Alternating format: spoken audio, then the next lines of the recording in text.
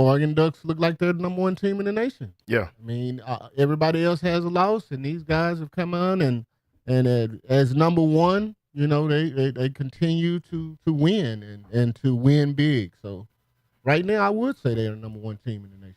Yeah, I mean, like you said, the record definitely dictates that they've gotten big wins over certain teams that you weren't sure if they were going to come out and get wins like in Ohio State. Now, they did play Ohio State at home, and I think that might be the rematch for the Big Ten championship as well when they meet up in Indianapolis, and that could have a different outcome meeting on a neutral field instead of Ohio State having to get on a plane and fly 3 hours all the way to the upper West Coast and play in a great environment. They college game day showed up and those fans are ready. That was a really good environment to see that game in. But with them sitting at the top of the Big Ten right now, them and an Indiana team that not a lot of people are talking about, they're starting to get some more recognition. They were on college game day last week. But this Indiana team is tough. Their coach is a winner. He's won at just about every level from high school to Division II football to lower Division I football to now at Indiana. And he's got that team 8-0. James Franklin's doing a great job with Penn State. They're sitting at 7-0. Usually by now is when Penn State is ranked high kind of early in the season every year, and they kind of fall off somewhere in the middle there when they get tested. But they've got tested, and they were down against the USC team earlier that I thought was going to end up beating them, and they came back in that game. Now, Penn State still got some games to go in front of them. I think that Washington game is going to be a tough one for them, and then obviously this weekend they got Ohio State, so that's going to tell a lot about how this team can go. And then you got Ohio State in there. You're looking at the top teams in this Big Ten conference. You think Oregon has a chance to win out in this Big Ten or at least get to that Big Ten championship game undefeated? Well, we'll know where they really stand after this weekend after playing Penn State. Yeah. Penn State, again, is a top 10 team as well. Mm-hmm. So, hey, lots riding on this weekend, and we'll see where they fall. And if they can go out and do what they've been doing against all of the rest of the Big Ten, against Penn State, then Oregon is definitely my number one pick right now. Yeah. With the teams in the Southeast Conference knocking each other off, nobody has been able to do that to Oregon in the Big Ten. So right now, until we get to that pinnacle of the what we call the college football playoff, then Oregon is that team.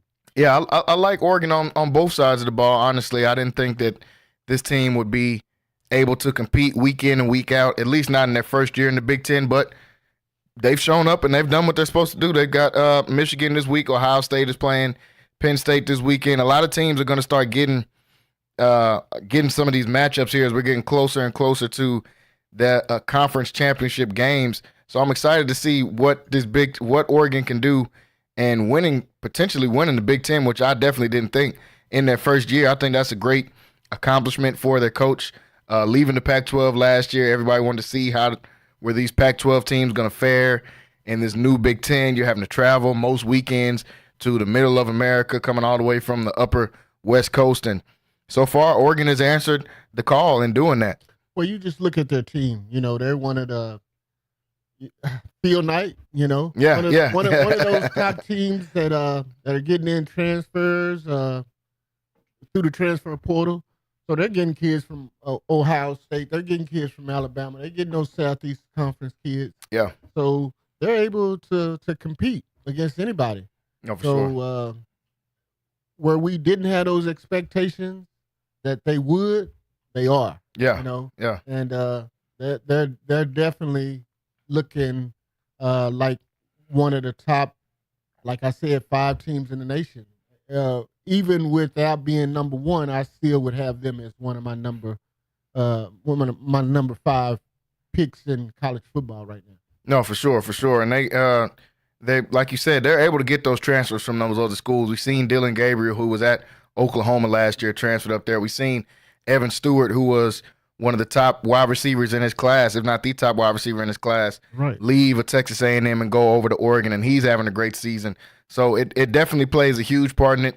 That Nike being out there, Phil Knight, that presence, man. I mean, that means a lot to these kids. Even if you're not getting a top end NIL deal, you could probably get some type of 5 to 10 year Nike licensing deal, something where you'll get perks of being there and being in Oregon, all the gear that they get year in and year out. I mean, it's a great selling point. And now with them being in an even bigger conference, a potential super conference, especially when you're looking at Oregon, who's number 1, Penn State, who's number 3, Ohio State, who's number 4, and then Indiana sitting at number 13.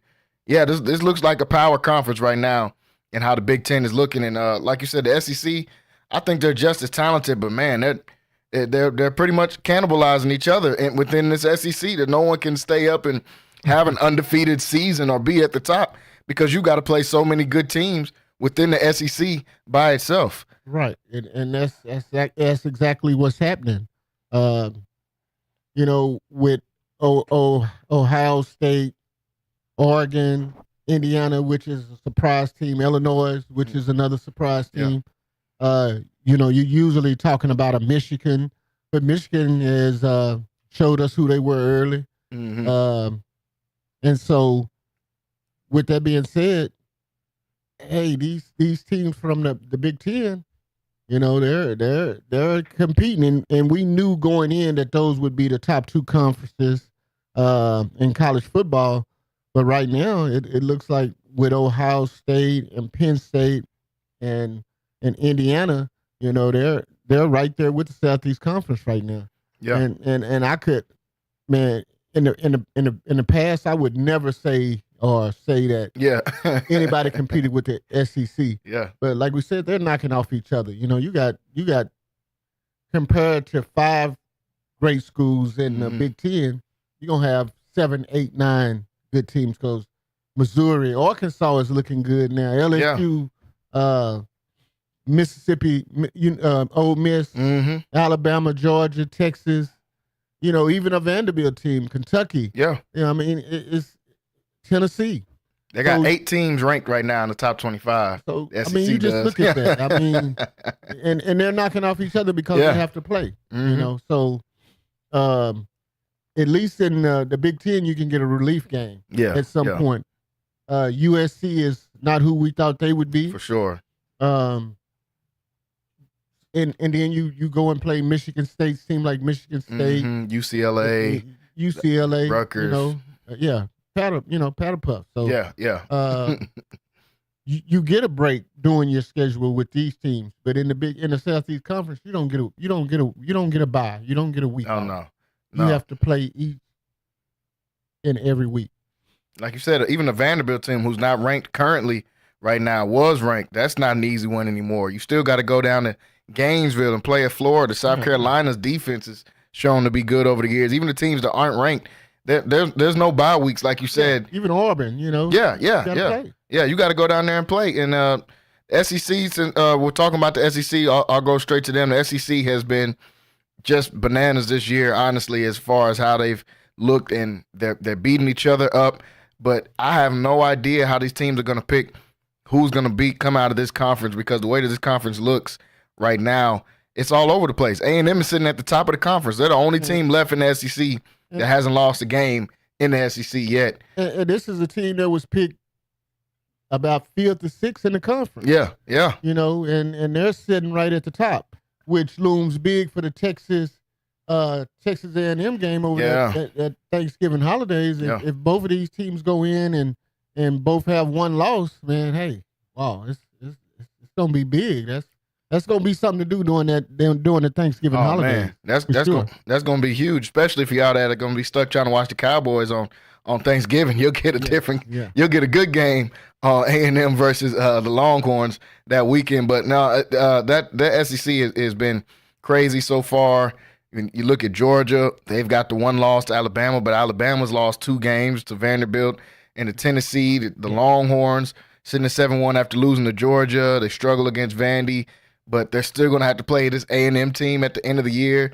A&M, like you said, a team that was picked 5th or 6th, especially in my opinion. I thought they were going to be around that 5th or 6th, but them getting the win over LSU was huge for their program. They brought the young kid back in at quarterback, Marcel Reed. He came in and just completely took that game over against LSU, showing what he could do with his legs out there.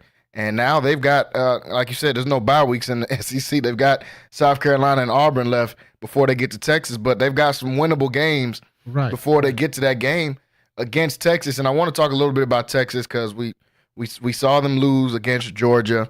We saw them go out there and struggle against the Vanderbilt team this last week. We saw Quinn Ewers throwing 2 picks against Vanderbilt and not looking the best. I asked this question yesterday when I had Rocky on here and Kyrell on here. Do you think Texas has enough to win it all this year still? Texas does have enough. They've recruited with the best of them. Big time college football program, and they do have enough to compete. They need to fix some areas, which I think they can do. Yeah. I think they need to be more physical on the offensive line. I think their offensive line is, probably their weakest part of their team. But everywhere else, I think they compete, and they can compete with as far as their offensive line because they got some big time college recruits. Oh yeah. They just need to be more physical, and as they were physically dominated by Georgia. Defensive line, but they can fix those things. I mean, you got a offensive guru in Sark, and Sark can fix those things. And they do have enough to win it all. Any of those teams in the Southeast Conference have enough. That's the thing. I mean, when you talk about NFL, you talk about any given Sunday. Well, in college football in the Southeast Conference, it's any given Saturday. Yeah. So, I mean, it just depends on who gets hot at the right time, who makes those adjustments during the season, especially like we're in the second half of the football season. So the things that you show weakness with, if you can add strengths to those positions, or you definitely have a chance. So I think Texas does have a chance. They're right in there with everybody else. Yeah. The thing about Texas, their first test was just against a good Georgia team that had already been battle tested. So now they know where they stand, they know what they have to do, but they can definitely win it all. Yeah, I think Texas, like you said, from a talent standpoint, they for sure have enough to win it all. They've got what some people would consider a problem in two quarterbacks that are capable of going out there and winning games, because we've seen it. Quinn Ewers has kind of struggled in these last couple of games, but he's going to get a chance to get back on track. They've got a Florida team that's not going to be an easy win, especially if they're playing the young kid out of there from Texas, DJ Lagway. If he's at quarterback, I think that'll be a tougher game with Florida. Then they've got Arkansas, who we know that's always a tough game, and they got to play in Fayetteville out there in Arkansas. Then they've got Kentucky in that A&M game, which could potentially be for all the marbles, which I don't think anybody was thinking at the start of the season that A&M and Texas could be playing for the SEC title when they scheduled this game at the end of the year, and that's potentially what it could be if both of these teams stay on track. That's what it's looking like. Yeah, I think in college football, you're talking about the top 2 teams in Texas, and all of Texas, A&M, Texas. You could throw SMU in there. Yeah. But like I said, that game looms big over the Thanksgiving holidays. If they can go out and take care of their business, two of the hated rivalries.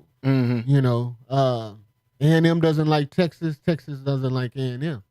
And if we can get to that point, man, we'll have a lot to talk about on this show. Oh man, I mean that'll be crazy if they could get all the way to that point, and if A&M pulls off a win like that and gets to be in the winner of this SEC for the first time since they joined in 2013, 2012, somewhere around there, man, I mean, I don't know if there'll be a storyline bigger than that, especially with this being the first year of them having a new head coach, right? Since they decided to pay their last coach $70 million to go home. Right. And we talking about a bragging rights state. Oh yeah. Yeah. I mean, between them Aggie fans and them Longhorn fans, which I'm neither one. Yeah, you can't get away from them here. Hey man, you'll hear a lot of chatter going on about that. Yeah, it's you can't go pretty much anywhere in Texas without running into both or either or of an Aggie fan or a Longhorns fan.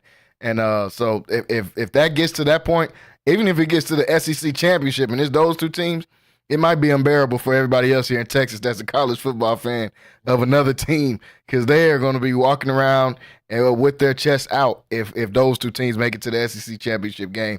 So the SEC is loaded, like we said. I want to look at the Big 12 a little bit as well. Obviously, you're a former Big 12 or Southwestern Conference whenever you were playing in it, and we're seeing how this Big 12 is starting to shape out here towards the end of the year. Colorado looking like a really good team now after losing that game to Nebraska and after narrowly losing that game to Kansas State. And we're starting to see how big that Kansas State loss is now, because at this point, Colorado has a chance where they could potentially win out and still not make it to the college football playoffs, only because of Kansas State, and then BYU and Iowa State are both undefeated still, and they don't play each other. Right. So those two teams could end the season undefeated, and Colorado doesn't play BYU or Iowa State to try to take them out. The only pathway of trying to take out one of those top teams was that Kansas State game, and they dropped that game against Kansas State. So now that's kind of coming back to hurt them. But this Colorado team is rounding into form. Yes, honestly, at the best time of the year. Their defense has stepped up tremendously.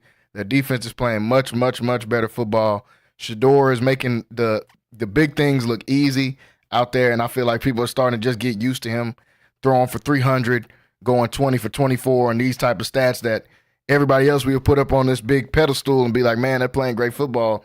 And Shador's kind of just making it look easy out there. Travis Hunter's still doing what he's doing, playing both sides of the ball.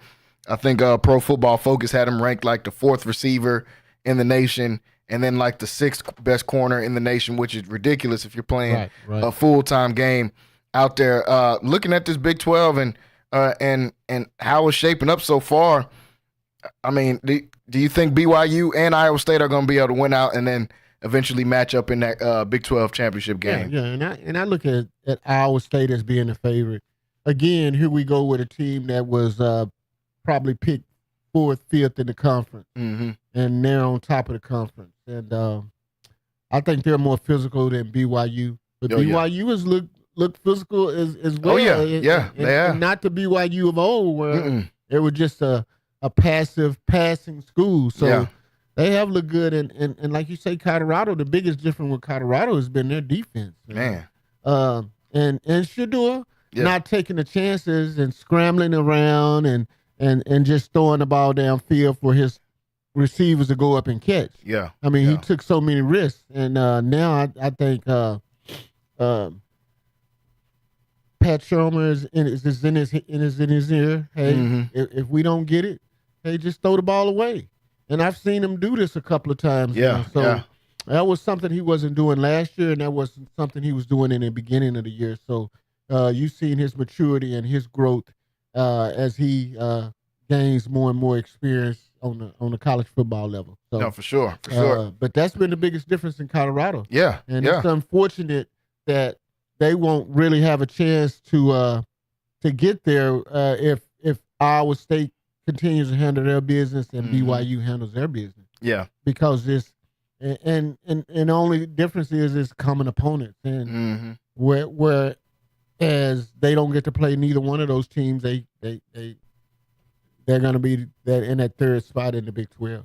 Yeah. It kind of is unfortunate because they like we said, they're getting into form right at the best time of the year, right towards these last 4 games of the season. But BYU doesn't have them on the schedule. Iowa State doesn't have them on the schedule, and their only common opponent will be against Kansas State, who BYU beat. And Iowa State, I'm looking here now. I don't think Iowa State is going to play. Are they playing for the last game of the year? Last game. Yeah, last game of the year will be Iowa State and Kansas State. That common opponent, scenario. So we'll see what happens. I mean, football is, some funny things happen in football. Yeah. No guarantees. So we'll see. Yeah, no guarantees in college football, and that's why they come out here and put the pads on, because some of the teams we thought would be at the top of this Big 12 are sitting at the bottom part of this Big 12, like Oklahoma State, for one, who just turned out, I guess it's just not their year. They were a lot of people picked them to be one of the top teams in this Big 12 this year, especially with Texas and Oklahoma leaving, and they're the only team in the Big 12 right now that hadn't picked up a win in Big 12 play. People thought a lot from Kansas with Jalen Daniels coming back and Devin Neal at running back and some of the guys they have out there. And Kansas hasn't shown up to be that. Yeah, they've been disappointing. And then the Cam Rising injury to Utah kind of took the air out of their season. And that was my pick, Utah. Yeah. And they've been disappointing as well. But like you say, any given Saturday. Oh, yeah. And when you get between those white lines, anything can happen, man. You still the thing about it, we can talk all day long, but you still have to go out there between the white lines, and you have to go out there and take care of your business. No, and sure. From game to game, from year to year and from game to game, anything can happen. Yeah. Anybody, you just have to take care of your business. And that's going to be the interesting thing to see with this BYU and this Iowa State team is they got their last 4 games that they're favored heavily in all their last 4 games. Will they come out here and execute when now everything is riding on these last 4 games? Your college football playoff berth, your Big 12 championship berth is riding on these last few games. Is somebody going to try to step up and be the spoiler in that? So it's going to be a fun last 4 to 5 weeks here in college football. Folks, we're going to go to a quick break. When we come back, I want to try to go through some of these conferences and see if we can pick out who are the teams we think are going to be in those conference championships. So hard to determine that with how many people are in some of these conferences now. Some of these people got 16 teams, like the Big 12. It's got 16 teams. The SEC's got like 14 teams. So it's going to be tough. We're going to try to pick these conference championship games, and then we'll try to see if we can pick out a couple of these teams we think are going to be in the college football playoffs. In hour number 2 coming up, we still got to talk about the Yankees a little bit. Got to talk a little bit of NBA, and then we got to talk about the NFL season and Week 9 getting ready to start. Stay tuned and stay locked in right here on Centex Primetime. We'll be right back after this break. Texas home for sports. It's Centex Sports Network and Infinity Sports. Catch all your in-depth sports analysis with the best. The hottest sports show in the evening is Centex Primetime, hosted by Jalen Gillis. Act like y'all. Weekdays 5 to 7. This is the Central Texas #1 leader in sports. Centex Sports Network. That's right, sports fans. We can talk about sports. And Infinity Sports. Lighthouse Streaming, a full-scale media agency and your go-to source for all things audio and video. Is your church long overdue for audio and video upgrades? Call Lighthouse Streaming for a free consultation. Does your corporate or church event need audio or video production? Don't stress. Call the guys at Lighthouse Streaming. In business since 2017, Lighthouse Streaming has produced hundreds of live events and completed dozens of church and venue installations. Whatever your AV needs are, Lighthouse Streaming has you covered. Give them a call at 254-252-4206. That's 254-252-4206. Or go to lighthousestreaming.com and set up your free consultation. Are you looking for something new and unforgettable in Waco? Come to the Blazing Asian, where authentic Cambodian flavors meet creative culinary flair. Voted People's Choice as Waco's #1 Asian restaurant since 2019 by both the Wacoan Magazine and the Waco Tribune Herald. Located inside the popular Union Hall on 8th and Franklin, we're serving up family recipes with a twist. Blazing Asian egg rolls are rolled fresh daily, and their sauces or marinades are made in-house with love. Stop by today. Located inside the popular Union Hall on 8th and Franklin. And for Baylor students, enjoy 10% off with your student ID. NSJ Event Co., one of the premier event designers in Central Texas and a Centex Sports Network supporter. Voted Waco Awards Event Planner of the Year 2021, NSJ Event Co. is your go-to source for event planning. Whether it's your next baby shower, birthday bash, wedding, or retirement party, NSJ Event Co. will bring out the elegance, class, and style your event deserves. Call NSJ Event Co. at the number on the screen or scan the QR code to schedule a free consultation. NSJ Event Co., where the party lady takes care of all your event needs. Central Texas home for sports. It's Centex Sports Network and Infinity Sports. KWBT-FM, HD2 Waco, Temple, Killeen, Fort Cavazos. The new leader in sports in Central Texas is Centex Sports Network and Infinity Sports. Get back to the business. This is live from the Centex Sports Network and Infinity Sports Studios. That's right, sports fans. About to show these boys how we do it. You ready? Tune in to Primetime Sports Talk with Jalen Gillis, your go-to source for breaking sports news in Central Texas and exclusive Dallas Cowboys coverage on the Centex Sports Network and Infinity Sports. What's going on, everybody? Welcome back into Centex Primetime. Here about halfway through the first hour, still talking some college football, joined in here by the Waco ISD Hall of Famer Wayne Walker as we go through some of these college football teams, some of these games that we've seen over the last couple of weeks. And here, before we get ready to go into the second hour, want to talk about these conferences. How in the world are these people going to pick these conference championship games? I think the only one that's making it easy so far, and this is only so far, is the Big 12. Big 12 probably the only people making it easy on their conference commissioners and their conference committees as far as going out there and picking a winner, or at least picking who's going to go to that championship game so they can become a winner in that conference. BYU and Iowa State, we just got done talking about. They're both sitting at the top of the Big 12 conference right now, both undefeated, and so that's kind of making it a little bit easy. But if these teams happen to lose any games in here, it's going to start getting tricky. Now, Iowa State and BYU are favored in all their remaining games. Iowa State's got a little bit tougher of a schedule coming up. They've got a Tech team that is finishing higher than what people expected them to be able to do. We got Wayne over here, former Red Raider, and Iowa State's got Tech this coming up weekend. After that, they've got a Cincinnati team who's been decent, even though Colorado just beat them down pretty bad last weekend. Utah, who's always going to be looking to try to play spoiler and upset somebody since they kind of fell off the top. And then they got to end it with Kansas State as well. BYU's got a little bit easier of a road going forward in the rest of their schedule because they got Utah, who definitely I think is primed to be on upset alert. Honestly, I think BYU should be on upset alert for that game. Not ready just yet to say that it's going to be an upset, but that is a rivalry game between Utah and BYU. Right. That is, probably the only two outside of maybe Utah State, probably the only two colleges like that. Weber State. Yeah, that are big colleges out there. So that's a rivalry game. They're going to be looking to get the upset, and this game is on ESPN at home for Utah. So I think BYU should be on upset alert in that game. I wouldn't be surprised, obviously, if BYU comes and pulls that one out there, just proving to be a better team so far. But if they lose a game there, it's going to start getting tricky because you got Kansas, who they'll probably beat. Arizona State has played better than what a lot of people gave them credit for. I thought they would be towards the bottom of that conference, and they're about middle of the pack in that conference, sitting at 5-2 on the year. So the Arizona State game's not going to be a pushover either. So do we think that is going to be the conference championship right now in the Big 12 with Iowa State and BYU as far as what we see right now? Right. I think BYU will definitely get there with their schedule. Like you say, they got a in-state rival, Utah, this coming weekend. So that'll tell you a lot about them if they can go out and win that game. But it's definitely going to be a tough game for these guys because that's all they have out there. Yeah, I mean that's their pro football.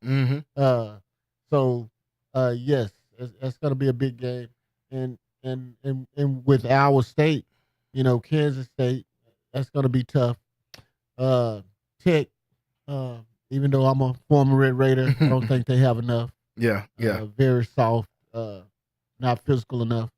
But Kansas State, hey, they're gonna have to go out and play, and then they have Utah as well. So depending on what Utah does with BYU, Utah may be able to knock both of those teams off. Yeah. So, I mean, like I say, any given Saturday, we'll see. But right now, as it stands, it looks like it's going to be BYU and Iowa State if these teams can go out and take care of their business. Yeah. I'm thinking the same. I think both teams just, with them being undefeated so far, it kind of gives them a leg up, even if they do drop one of these games, at least on the Iowa State side. Like if they lose to a Kansas State, I think they'll probably still be right in there in contention to be up there. BYU, has had a slightly weaker schedule. So if they lose a game, it'll get a little more tricky. But this Utah team's got a chance to play upset, to play spoiler alert. These next 3 weeks, they got BYU. After they got a bye week this week. After that, they got BYU. Then they got Colorado, and then they got Iowa State. So they got a chance to try to mess up anybody's season really going forward in these next couple weeks. So it's going to be interesting to see how things shake out here in this Big 12. But like I said, I think that is probably the easiest one to pick right now because those two teams have such a lead over the other teams. And then Kansas State sitting right there behind them as well. If Kansas State can get a win over Iowa State, that'll make things very interesting because right. Kansas State's only got one loss on the year. So if they went out and then they end up beating Iowa State for that last game, that's when things will start to get a little tricky in that Big 12 as far as picking them. But outside of that, I think the Big 12 has got a slightly easier road to the conference championship games. So I want to switch over to now the ACC. This one is a lot more difficult to pick because right now they've got 4 teams that are ranked, and that's cool. They've got 4 teams that are ranked in the top 20, but Clemson sitting at the top of that, undefeated in conference play, number 11. Miami sitting at the top of that, 8-0, undefeated. And Miami and Clemson don't play each other for the rest of this year. So Miami can potentially win this one out. Clemson can potentially win this one out. That's cool. And then, that could set up the ACC championship. Only problem is Pittsburgh is undefeated. Right. Pittsburgh is still undefeated right now. Pittsburgh does play Clemson, so that'll be a huge game for both schools for Pittsburgh to try to get to that ACC championship game. And if Clemson wins, that'll give them a boost in them beating a top team, undefeated team still this far in the season. They play in a couple weeks at Clemson, so that's going to be a huge game. But then you also got SMU in this mix, who's sitting at 7-1, one of the better surprises of the season, especially for college football fans here in Texas. SMU has, really, really turned this program around. I remember when they got their NIL deals a couple of years ago, I was talking and was like, man, they could end up making some noise. SMU got some money. A lot of these schools got some money. SMU got some money. So if they start putting money up to try to pay some people, they can really go out there and make a difference in that transfer portal, in that NIL deals, and how they get kids. And then they're sitting in the hub. You're sitting in Dallas, Texas, right there in North Texas. You got the most talent in North Texas sitting right there in your city, and you can get these kids and move them to the best part of Texas, to Highland Park, right down the street from SMU, and they can be staying in some really nice apartments in one of the nicest parts of Texas. And that's something that a lot of these schools can't offer outside of UT. Obviously, they've got a lot of money, and then you can stay right there in Austin. But SMU can compete.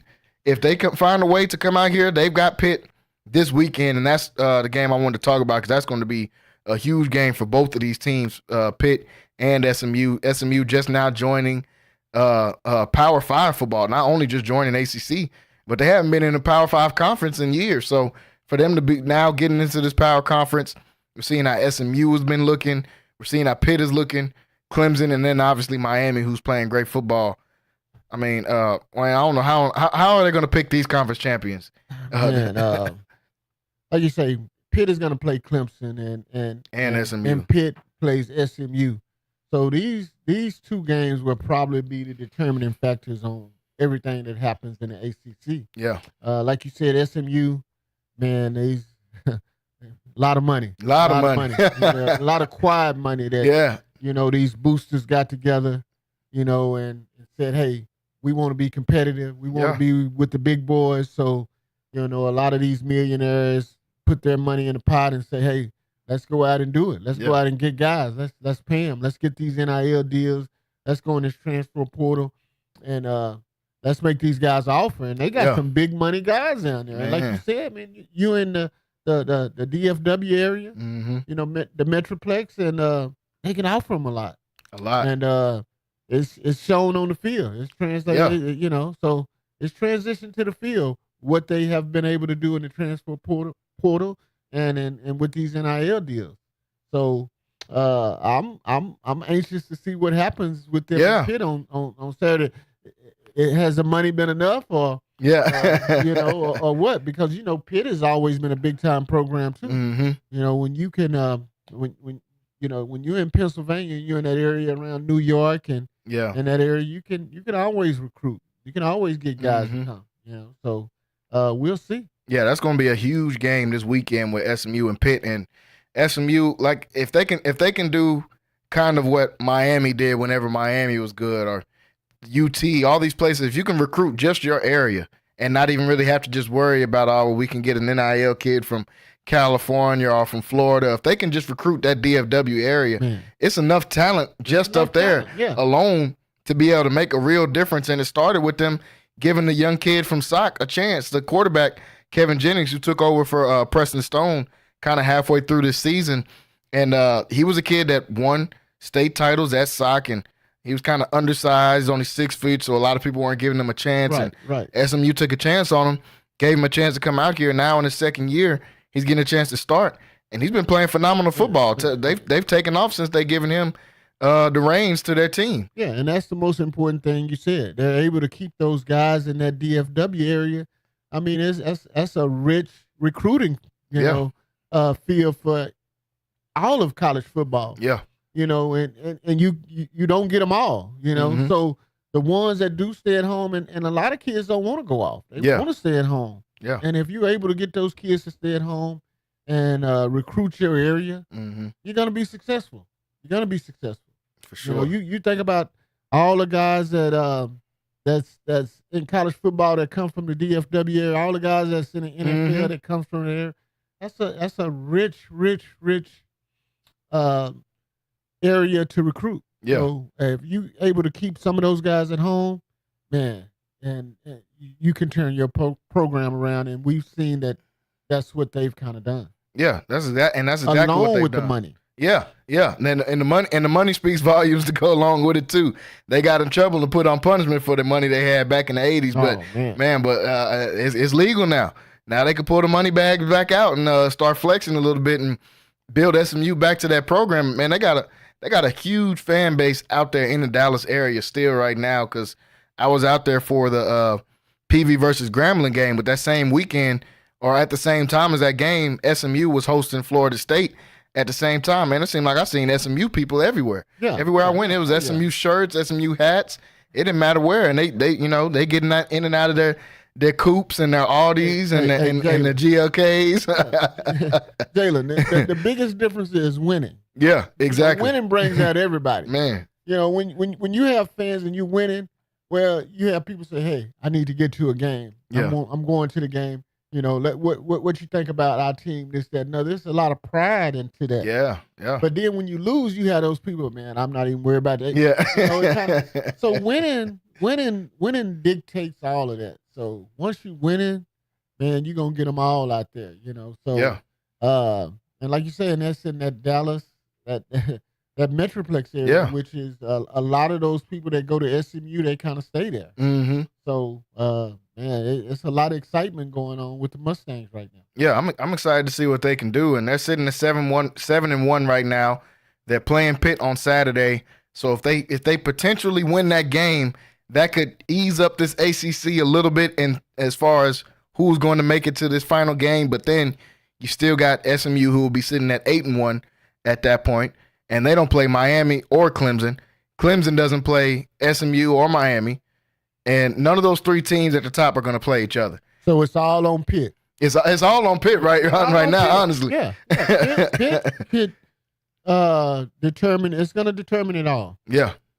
If Pitt goes out there and beats SMU and the Clemson, now we're looking at everything being shaken up, and Miami still will be sitting at the top there. They don't play any of those teams left in there. They've only got Duke, Georgia Tech, Wake Forest, and Syracuse left.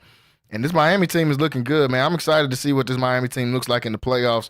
Pretty much think they're going to go to the playoffs. They've played most of their harder games. They had a pretty easy schedule, but they've played majority of their tougher games. This Duke team this weekend is going to be a tough one. They just had a real close game against SMU this last weekend. But, I mean, most of their tough games are behind them. And they've got one of the better quarterbacks, if not the best quarterback in college football right now, with Cam Ward leading his team. It's a lot of excitement back around Miami being ranked in the top 5 again for the first time in years. You know, the one thing that looms in my head about Miami is that Cal game. Yeah. Yeah. that I turned off and thought they were. Oh, yeah. Everybody did. I did too. And to come back the next day and hey, they won that game. You know, they came back from, down big. Yeah. And they ended up winning. So these guys are out there fighting, man. These guys are determined. And they're a pretty good team, led by their quarterback, Cam Ward, Sure. So Miami is trying to get back to that pinnacle of where they were in the 80s, early 90s. And right now, based on what I've seen, I think they are the best team in the ACC. Yeah, yeah. A team that's like I said, led by their quarterback, but also has a pretty good defense. Yeah. And a good coach. When you talk about all of this, you gotta put coaching plays a huge part. Is a part of all of that, and which guys make good decisions, which guys can make adjustments during the game, which guys can lead their teams, and guys will follow and run through a wall for.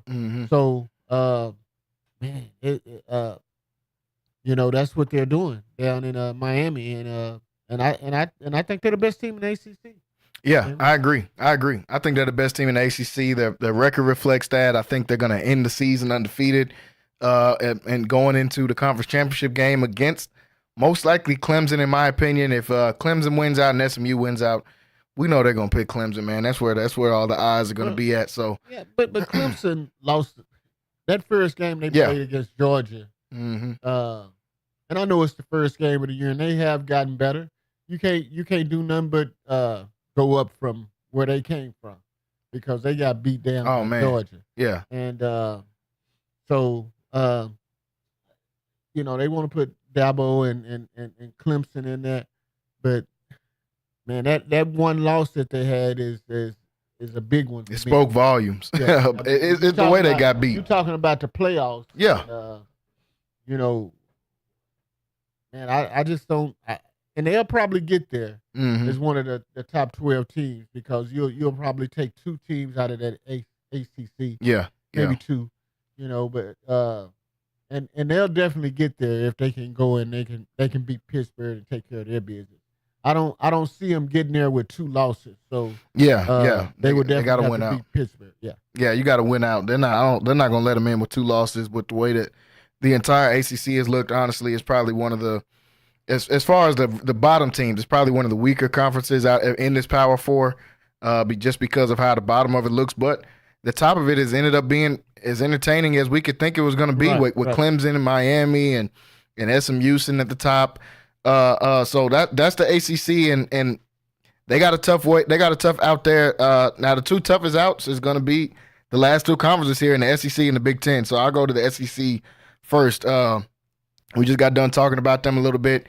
A&M sitting at the top of all of this at 5-0 in conference play, and Georgia right behind them, and Texas right behind them. Then you got a team like that nobody's really thinking about in that, but Tennessee, who they lost the game, and we kind of started taking them out of the contention. They lost to Arkansas. Arkansas is not even ranked, but then they go out there and beat Alabama. So now they've got a huge game coming up on the 16th when they play Georgia. That could mean a lot for this SEC standings, as far as whichever team wins that. Obviously, if Tennessee loses that, they'll probably fall out of that top lure in the SEC. But Georgia, on the other hand, if they lose that, then you got to think about, how do you rank this Georgia team when they beat a team like a Texas, who could potentially win out or at least get close to that as they get to A&M. Then you got A&M and the Longhorns, who could potentially be playing the SEC championship game on the end of that. So how do you see some of this shaking out in the SEC as we get closer to this conference championship? I think Georgia is the toughest team in the SEC. I agree. They played all the good teams. They lost to Alabama, but at the same time, that Alabama game, they came back and they went ahead. I just and I don't see Tennessee beating Georgia. I think Georgia is on a mission. I think they'll get in. Tennessee, with the Georgia loss, whenever it happens because I just see Georgia dominating. Yeah. them. They got Ole Miss too. If they go out and play like they've been playing the last 3 weeks, Mm-hmm. Oh yeah. I don't think stand a anybody's chance. beating Georgia. Texas and like we said, Texas and a Texas A&M game, that's gonna be big. LSU, I don't think they make it. I think I think that loss to A&M just kind of knocked them out of the box. But we talking about potentially A&M, Texas, Georgia, Alabama, just because they travel in one of the premier college football, they could be the only team if they go out and take care of their business.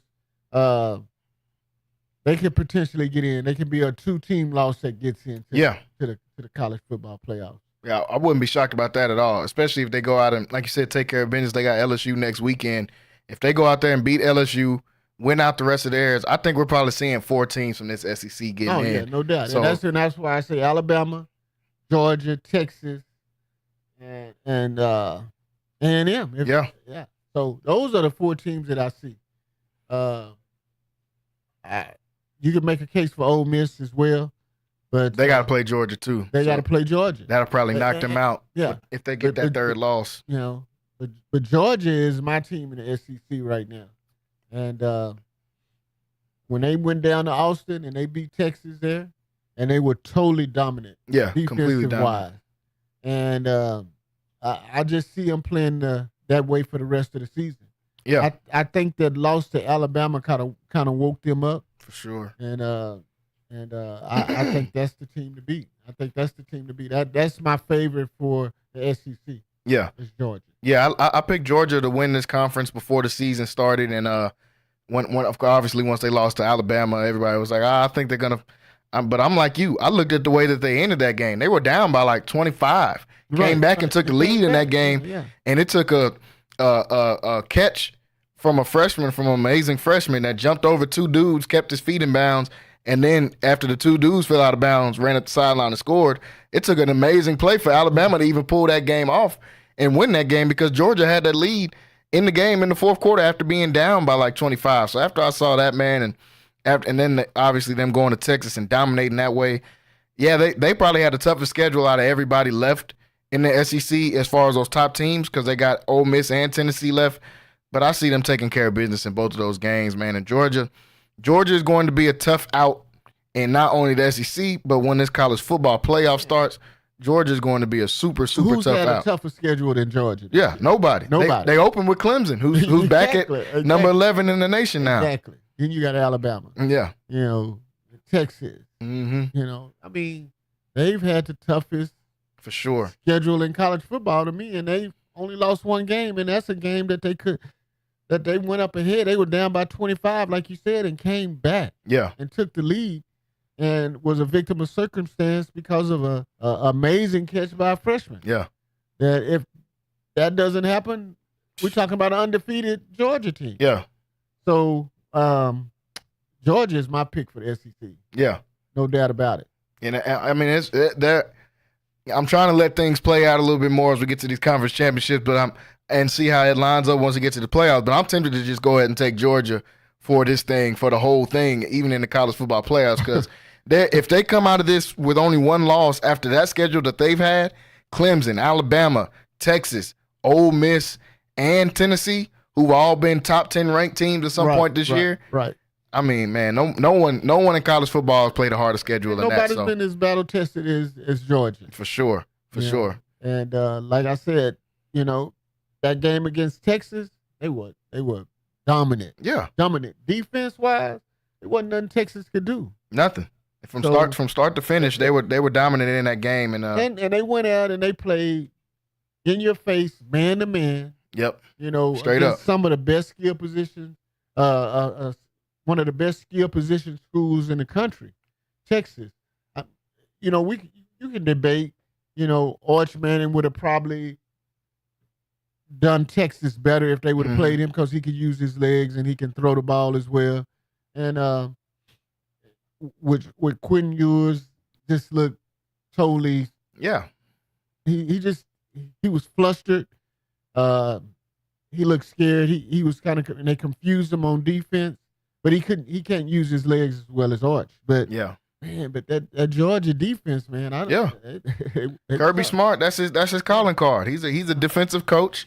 It's been that way over years, and Georgia is one of those teams that, being in the SEC East, a lot of years that they didn't get challenged, honestly, until they got to the SEC championship and had to play in Alabama or play at LSU. But they've done the complete opposite this year with the divisions being taken away within the conference and everybody kind of playing each other. They handed them the hardest card at the beginning of the season as far as the teams that they drew. And, I mean, they've stepped up to it and they lived up to it so far. So SEC is going to be tough, man. These last few weeks are going to be as meaningful as any weeks in the season if you're an SEC fan or if your team is in the SEC, because there's so many teams that still have a chance to write their own destiny, including a team like LSU, as everybody's kind of taken out of it, especially after that loss last week to A&M. But what if they go out and beat Alabama next week? Then you got to start reevaluating this LSU team. What if Tennessee gets an upset win over Georgia? And then you got to reevaluate this Tennessee team. Like there's so many teams that still can write their own destiny right here in the SEC still. So the SEC is, I mean, it's loaded. It's loaded. It's a mini NFL division. Right. A lot of the players that played in the SEC over the years have been saying that, and it's hard to disagree with that, especially with how it looks this year. And we'll see if A&M and Texas can stay and make it out to that last game in the year, because I don't even know if you're going to be able to move anywhere down Highway 6 for that game that happens. If those two teams are undefeated and it all comes down to a game at Kyle Field and Kyle Stadium and College Station, that crowd is going to be electric. I want to see it. Yeah. I am pushing for that. Yeah, me too. You know, I want these two teams to clash. Yeah, and they've avoided each other for years with A&M going over to the SEC. They haven't played. This was a huge rivalry. Their biggest rivalry. Yeah, for sure. Rivalry. These teams hate each other. Oh yeah, and it's nothing better than seeing two teams who hate each other play each other. Yeah, so, yeah. I'm kind of looking forward to that, man. I want that to happen. I want it to happen. I want A&M to go out and take care of their business. I want Texas to go out and take care of their business, and I want these two teams to come up against each other with one loss. Yeah. And over the Thanksgiving holidays, while we got turkey and dressing, in our bellies, and see what comes of it. Yeah, that's going to be a huge one. So SEC is, like we said, is loaded, and they've got a lot of teams that can still write their own destiny here right at the end of the season. Folks, we got to go to a break to come back for the top of the hour. When we come back, we still got to talk about the Big Ten and who do we think is going to come out of that division. And then we'll go to switching it up a little bit. Got to talk a little bit about the World Series and what we've seen there. Got to talk about some of the NBA in this season starting.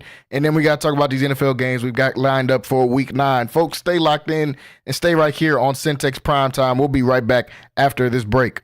Central Texas home for sports. It's Centex Sports Network and Infinity Sports.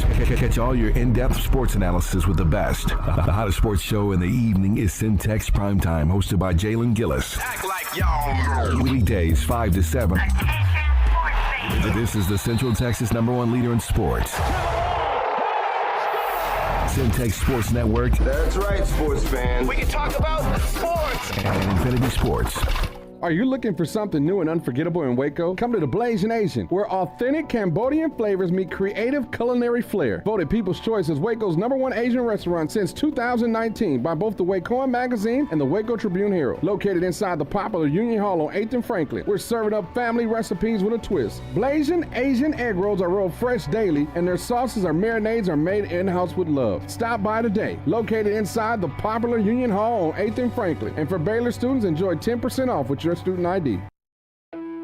Lighthouse Streaming, a full-scale media agency and your go-to source for all things audio and video. Is your church long overdue for audio and video upgrades? Call Lighthouse Streaming for a free consultation. Does your corporate or church event need audio or video production?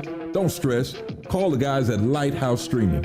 In business since 2017, Lighthouse Streaming has produced hundreds of live events and completed dozens of church and venue installations. Whatever your AV needs are, Lighthouse Streaming has you covered. Give them a call at 254-252-4206. That's 254 888-252-4206 or go to lighthousestreaming.com and set up your free consultation. It's the family feels for me. The banana pudding peach cobbler make you want to holler for me. It's the candy yams, mac and cheese, beef. 970. Sweetie. Fried chicken you've been missing, the lemon sweet tea dressing on Sundays when you all dressed up. Chest pie, buttermilk, and pound cake. Cornbread with butter just dripping, always fresh baked. If you need Southern style, soul food, home cooked meals that you can feel. Chicken and dumplings, chicken pot pie. 719 South 11th Street. Sassy's, come on by. NSJ Event Co., one of the premier event designers in Central Texas and a Centex Sports Network supporter. Voted Waco Awards Event Planner of the Year 2021, NSJ Event Co. is your go-to source for event planning. Whether it's your next baby shower, birthday bash, wedding, or retirement party, NSJ Event Co. will bring out the elegance, class, and style your event deserves. Call NSJ Event Co. at the number on the screen or scan the QR code to schedule a free consultation. NSJ Event Co., where the party lady takes care of all your event needs. The East Waco Empowerment Project, along with City Center Waco, is hosting WeBo, Workshop and Business Opportunity, to help create more entrepreneurs. Business owners like Aniceto Charles of True Jamaica Restaurant and Carla Dotson of Boardwalk on Elm attended WeBo to develop their business ideas into successful Black-owned businesses right in the heart of East Waco. WeBo can also help you turn your side hustle or business idea into the next thriving Black-owned business in our community. If you would like to attend this 10-week intense entrepreneurial workshop, go to WeBoWaco.org. That's WIBO Waco.org. Space.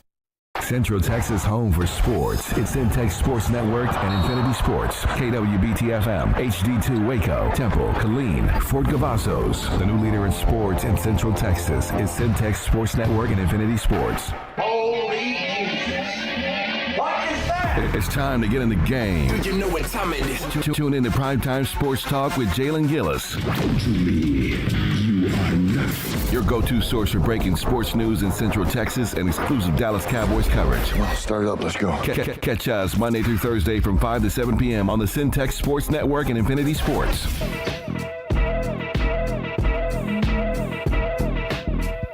What is going on, everybody? Welcome back to Centex Prime Time, hour number 2 here today on this lovely Wednesday afternoon. Hope everybody is doing great out there today. Some of you guys just now clocking off, getting off of work, headed back home.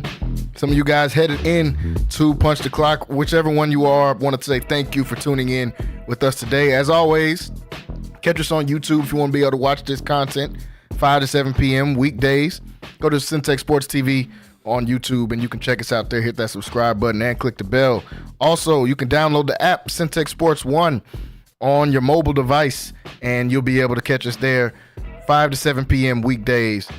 Still joined here in studio with Wayne Walker as we were talking about some college football there in hour number 1, talking about how in the world are they going to pick these conference winners, how are these conferences are shaking out, especially with the last ones we talked about, the SEC, just a complete powerhouse, and it's almost too many good teams to be in one division. It's going to be hard to be able to pick them.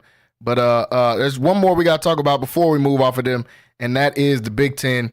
The Big Ten is a new-look Big Ten. It was already a tough conference, but with them adding those West Coast teams in, like a USC, Washington, Oregon, UCLA, it just muddies it up a little bit more and makes it more difficult to be able to pick the winner in this Big Ten. And honestly, they did it at the right time with the way that Michigan looked out. They were kind of carrying the Big Ten the last couple of years, them in Ohio State, and then Michigan pulling off the Natty win last year. Now this year they're kind of falling off, but it hasn't got a lot of publicity of them falling off because they've added Oregon, who's sitting at number 1 in the nation now. Penn State's having a great year. Ohio State's still having a great year, even though they lost to Oregon. And then the surprise of college football, the Indiana Hoosiers, who are undefeated right now. They've done a great job out there in Indiana. They're sitting right now undefeated. They still have to play Michigan, and they still have to play Ohio State. So that makes their road to this Big Ten championship game even harder. But, man, I mean, it's tough to count this team out of any games when you see the attitude that their coach brings, the winning culture that their coach brings. And, Wayne, you just talked about it in hour number 1, how these coaches make a difference in college football on this level. And Kurt Cinetti has made all the difference to this Indiana Hoosier squad, a team that was, they were just middle of the pack for years growing up. Indiana was never just a team you expect to go out there and dominate any football games. They're honestly a basketball school, but Kurt Cinetti is coming in and trying to change that completely, and he's done that so far with this team sitting at 8-0 right now at this point in the season. Well, like you say, everywhere he's been a winner. And if you can coach on any level. Yeah. To me, if you get guys to listen to you and you get guys to understand you can coach on any level. Well, he's brought that over to Indiana, and these guys believe in him, and they go out and they play for him. So these next 2 weeks will tell a lot about how far they've really come. But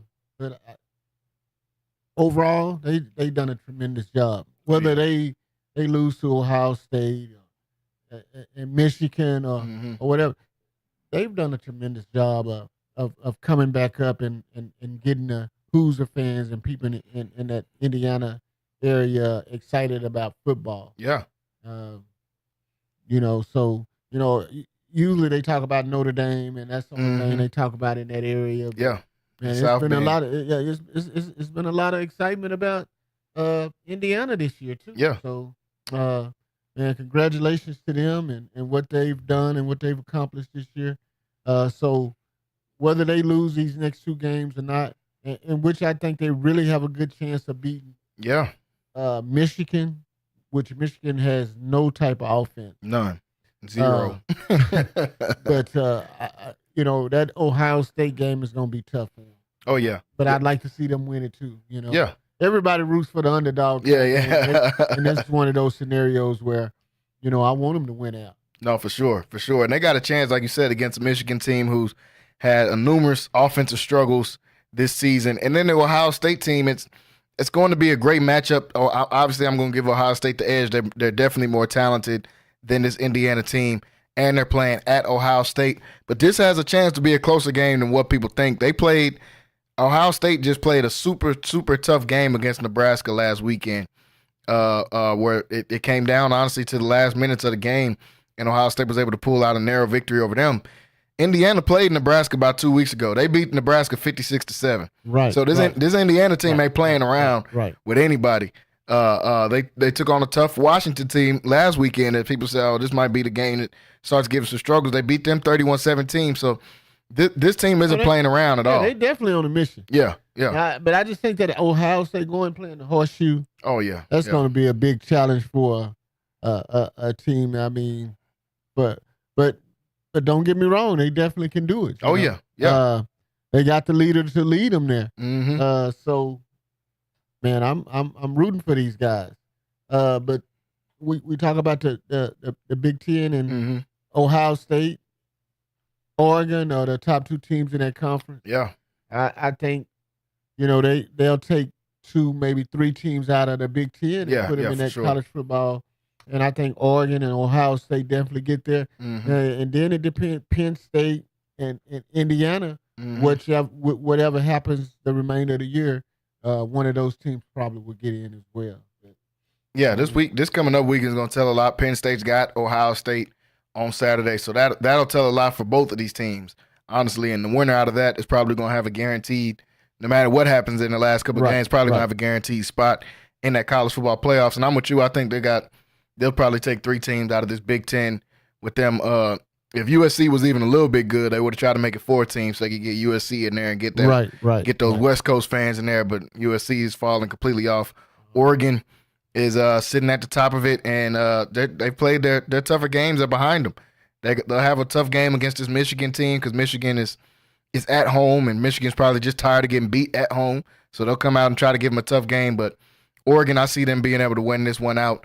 And I think it'll be the rematch of that huge game we saw a couple of weeks ago in Oregon and Ohio State in that conference championship game in Indianapolis. And it might be a different turnout when in Oregon and Ohio State playing that game, because I still think Ohio State is the most talented team in the Big Ten with the amount of talent that they have on both sides of the ball, they've got at least 2 to 3 first-round picks.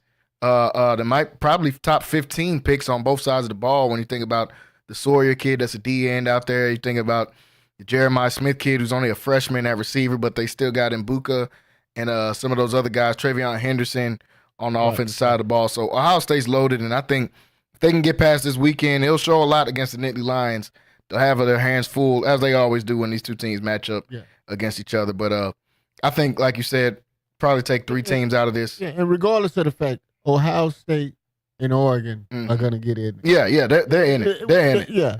So everything is predicated on Penn State and Indiana right now. Yeah, there's those other 2 teams that could possibly get in. I think they're a shoo-in. Even if Ohio State went out here and lost on Saturday to Penn State, I still think they'll get in. If your only losses are against Oregon, who's number 1 in the nation, and Penn State, who's number 3 in the nation right now, they're still going to put them in there. It's going to be tough. Yeah, they travel. It's that it's simple. one of those teams that travel that gets a lot of attention. National audience. They got fans. They got fans everywhere. Everywhere. So you want them to be a part of it. Yeah. It makes the college football playoffs look good. Yeah. If it came down to it, who would you choose? Boise State, or would you choose Ohio State? Yeah. and that's going to be the tough part for those teams that are kind of going to be fighting for that 8th through 12th spot, because each conference winner is going to get a slot. That's 4 spots right there. And then they're probably, like you said, the SEC is going to add another 2 or 3 to that. The Big Ten is going to add another 2 or 3 to that. So after that, you're looking at about 10, 11, and 12 in that spot. And if you're Boise State, or if you're even a SMU that might be sitting there with 1 or 2 losses at the end, you're going to get bumped out, man. If Alabama already got 2 losses, and Alabama getting in. So that knocks out a lot of people's chances towards the back half of that. So they always said that this 12-man playoff or 12-team playoff was gonna make it easier. I just think it confused it even more, and we're gonna have even more problems because you're always gonna leave out teams that thought they should have been there. I think last year Florida State and Georgia both had a good case to make the playoffs and didn't. Especially Florida State, they were undefeated and didn't make it. And then Georgia, their only loss was in the SEC championship against Alabama, so they were both pretty mad. This year, you might have about 10 teams that are mad going into the offseason about how they didn't get a chance to make the college football playoffs. So I'm agreeing with you. I think it's even tougher now that you've put it to 12 teams, because before you could say, well, you already lost, you're out of it. Or this team already lost, even though you won your conference, you're probably not going to make it like the Big 12. They probably wouldn't have took Iowa State or BYU if it was still on 4, but now you might have to take both. Yeah. You just go back to the debacle they had a couple of years ago when TCU went, But TCU beat Michigan. They did. They showed up, Yeah. But the national championship game wasn't. It was horrible. No one wants to see anybody get beat by 50. Yeah. The 2 worst national championship games I've watched in recent memory is that TCU game sitting at number 1 when they lost to Georgia, and then when they tried to throw that Heisman story at us with Manti Te'o and Notre Dame, and they played Alabama with Derrick Henry and them, and got beat by 40-something. Yeah. I was like, man, come on, man. Y'all put this dude in the Heisman Trophy. Now, how Manti Te'o get in the Heisman Trophy race? Right. But Travis Hunter is somehow struggling in his Heisman, and he playing both sides. And, that don't make no sense. Yeah, but it don't make no sense. They want Notre Dame to be good again like it was in the old days, and it's just not. They're going to go to the college football playoffs this year, and they're probably going to get beat down. That new Rodney era is... that era is over with. So y'all keep trying it, but Notre Dame, I don't think they're going to get back to that. Full Weissman and all that. Come on. Man. Yeah, get the nostalgia it's over with there, man. History, the new era in college football now. Yeah, definitely. A lot of teams coming up that's a new era in college football, and some of these teams in the Big Ten that we just talked about are some of them like the Oregon team who's first year in the Big Ten has got a chance to win the Big Ten. So that's going to be huge. And I can't wait to see how these next 4 weeks go and how they're going to decide this college football playoffs, because, boy, do they have a job on them to try to figure that one out.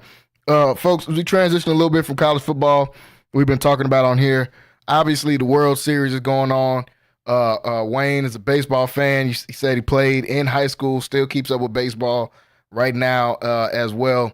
Looking at this World Series and how it's gone, man, the Yankees, they avoided the sweep. That's the most I can really say about their part. We seen them come out yesterday and play a pretty good game. Gleyber Torres hit that home run and kind of just opened the floodgates a little bit for this Yankees team for them to be able to come out with a win.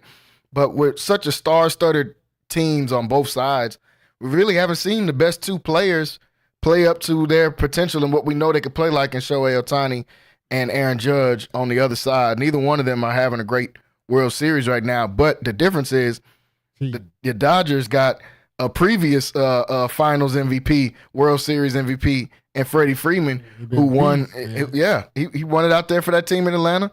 Got his money, came out here to L.A., and he's got his team a chance to win another one, and he's probably gonna be the MVP if they come out with a win tonight. Yeah. That's not a problem. That's not a problem at all. That's already been determined. For sure. If they win, because he's carried those 3 games, and I mean he's been hitting the ball, man. He's been on it. Home runs, hitting for average. I mean, his slugging percentage doing this World Series is outstanding. Yeah. But I just think the Dodgers have a better team overall. For sure. You know, the Yankees have some big bats, but with big bats, you take big whiffs. You strike it out. For sure. And I just don't think they're pitching as deep as the Dodgers are. So, man, coming into this World Series, the Dodgers has always been my team. I had an uncle, my grandfather's brother, who worked for the Dodgers for over 40 years, man. And when I played in San Diego, I went to see a game there, man, and and that's a long time ago, and it was one of the most exciting things that I've ever witnessed. You know, and I was in the clubhouse, and I was all over the place with my uncle, and I loved it. So, man, I've always been a Dodger fan, but being a Dodger fan doesn't mean that when we're talking and it's just me and you, you know, straight up and predictions, I'm always pick the best team, and I thought the Dodgers was the best team coming in. Yeah. You picked them before the series started, and I mean it's looked true so far. They got a game tonight to see if Yankees can extend their series. They're playing at home. First of all, those Yankee fans last night were going ballistic. I mean, I know they've been waiting on this team to come out and get a win. It's been a minute since they've even been to a World Series, but it's definitely been a minute since they won the World Series. And when Gleyber Torres hit that home run and they just kind of pants the crowd, people throwing their beers in the air, people throwing popcorn all over the place. Well, they throwing food. I'm like, leave it to New York. You don't want to get swept. Yeah. You don't want to get swept. Yeah. Which they had a potential of doing that. Oh, yeah, for sure. You know? I last night, you know, talking to some friends, I picked the Yankees to win because you just don't want to get swept. Yeah. But I think it's back to business tonight, and I think the Dodgers pretty much are going to wrap it up tonight. Yeah. I think so. Yeah, I think I'm right with you. I think the Dodgers are going to end this tonight in New York, which is just going to make it even saltier for the New York fans. They'll be mad all season. They're already mad at how the Giants and the Jets are looking, and now this is just gonna make them mad even more going into the rest of this season. I think Dodgers wrap it up tonight in LA. Like you said, Freddie Freeman, World Series MVP. He's gonna have 2 of them, which is gonna put him in elite categories and elite company. Immortal. Especially out there in the Dodgers, you go out there and win in a great organization like the Dodgers. He's already probably gonna have a statue in Atlanta for him being able to go out there and help that team win a World Series. But then you backdoor and go to one of the biggest names in baseball in the LA Dodgers, and you come back out there and win again. So I'm excited to see this game tonight. No football on tonight, so they'll get my undivided attention tonight. Even though they already had it on Monday. Well, nobody watching the Steelers versus the Giants, man. I ain't even want to turn that on. Well, I was watching for fantasy implications. Yeah, exactly. That's the only time that I was tuning in to see that some of those numbers hit that I had on some of these guys, but nobody was really watching much of that one. So the Dodgers and Yankees, they play tonight. Potential closeout game World Series starts at 7 o'clock. I know all y'all will be out there watching it because it's definitely the biggest game on for tonight. Before we transition and go to the NFL, I want to talk a little bit of NBA, man. NBA season has started up. One of the games just started right now with the Pacers and the Celtics, and NBA season has started up. We got to see a little bit of these teams, in just the first 4 to 5 games. Who are some of the teams we think are gonna jump forward? Who are there any storylines that are kind of caught your eye so far here to start the season? I know one is, for me, is I think the Celtics are back to being the best team in basketball. They won 60-something games last year, found their way all the way to the finals, and won that finals pretty easily. And this year they're starting out 4-0. Jason Tatum's playing like he got benched in the Olympics. He's playing like he's mad about that coming out to start this season. I think the Celtics are poised to make another great run to the finals. But in any storylines that's kind of caught your eye so far in the early NBA season? Well, I mean, like you said, it's Boston, defending, their crown, and everybody gunning for them.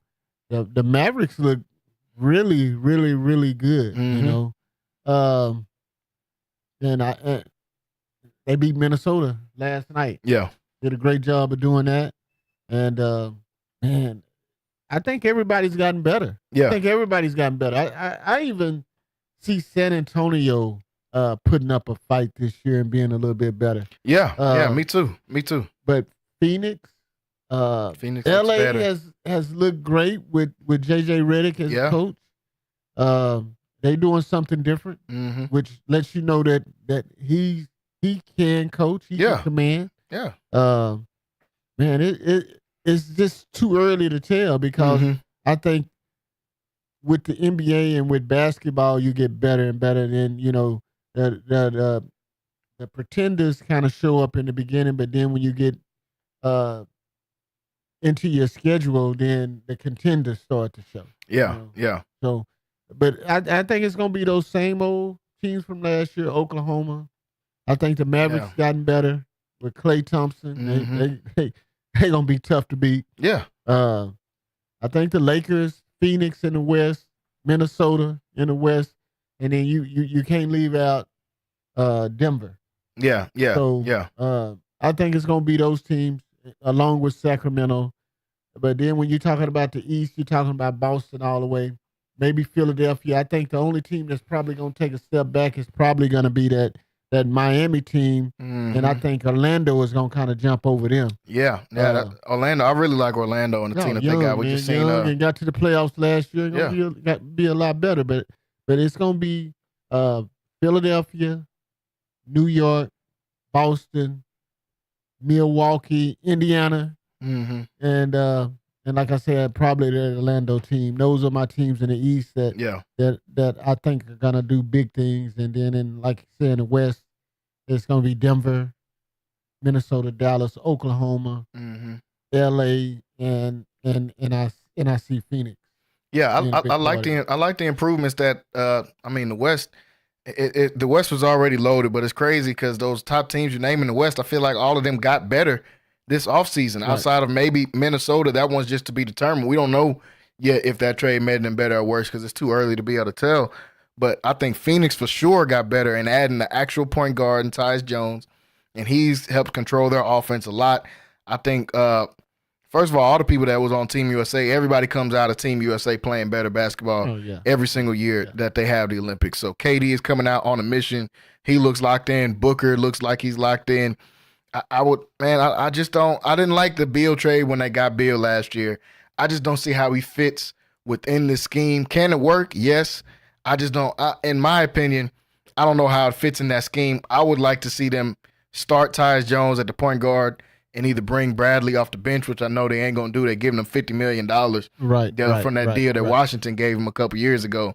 And then I would like to see them bring him off the bench or potentially parlay him in a trade for a defensive wing because I think that's really the only thing they're missing is a real defender that can go out there and get stops for that team night in and night out on that Phoenix team. So I still think they got better in that offseason as well. And then the Lakers, man, everybody had questions about JJ Redick. Could he coach or could he do this? Like the dude didn't play in the league for like 15 years. Like, I mean, that's not he knows basketball. We knew that much. If nothing else, we knew he knew basketball. His question was just, can he be the leader of men? But when you got a veteran team like that with LeBron.